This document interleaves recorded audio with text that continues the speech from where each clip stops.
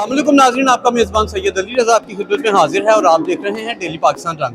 नाज़रीन, आज DHA लाहौर में मिक्स मार्शल आर्ट का मुकाबला ज़िया साहब ने जीत के इंडिया के खिलाफ पाकिस्तान के सर सेहरा किया है। आइए इनसे बात करते हैं। अस्सलाम वालेकुम सलाम। ज़िया भाई, आज आपने भारत को शिकस्त दी, कितना जज्बा था? इस तरह हमेशा क्रिकेट का जज्बा होता है पाकिस्तान वर्सेस इंडिया, लेकिन ये है कि ये क्रिकेट से ज़्यादा था क्योंकि ये खून खराबे का था, वही खून खराबे जैसा जज्बा था। जब उसने आप पे हमला किया, आपने कैसा महसूस किया और कैसे उसको आपने थोड़ी ही देर में जो है वो चित कर दिया है, इसके बारे में? नहीं, मैं उसको छोड़ रहा था कि वो क्या कर सकते हैं, तो उसने जो करना था उसने कर दिया और जो मैंने करना था मैंने कर दिया। भारत और पाकिस्तानी अवाम के लिए क्या पैगाम देते हैं?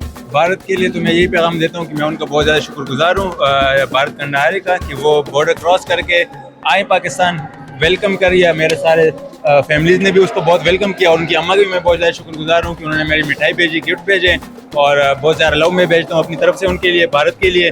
इस तरह कुछ भी नहीं है, हमारे बॉर्डर्स पे जो भी होगा जो भी, लेकिन ये कि एज अ पीपल हम एक दूसरे को बहुत ज़्यादा सपोर्ट करते हैं और स्पोर्ट्समैनशिप में हम पीछे नहीं है बिल्कुल भी, भाई भाई है। आपने पहले भी 4 मुकाबले जीते हैं, आप क्या कहते हैं कि पाकिस्तानी गवर्नमेंट की तरफ से आपको कोई सपोर्ट मिलती है?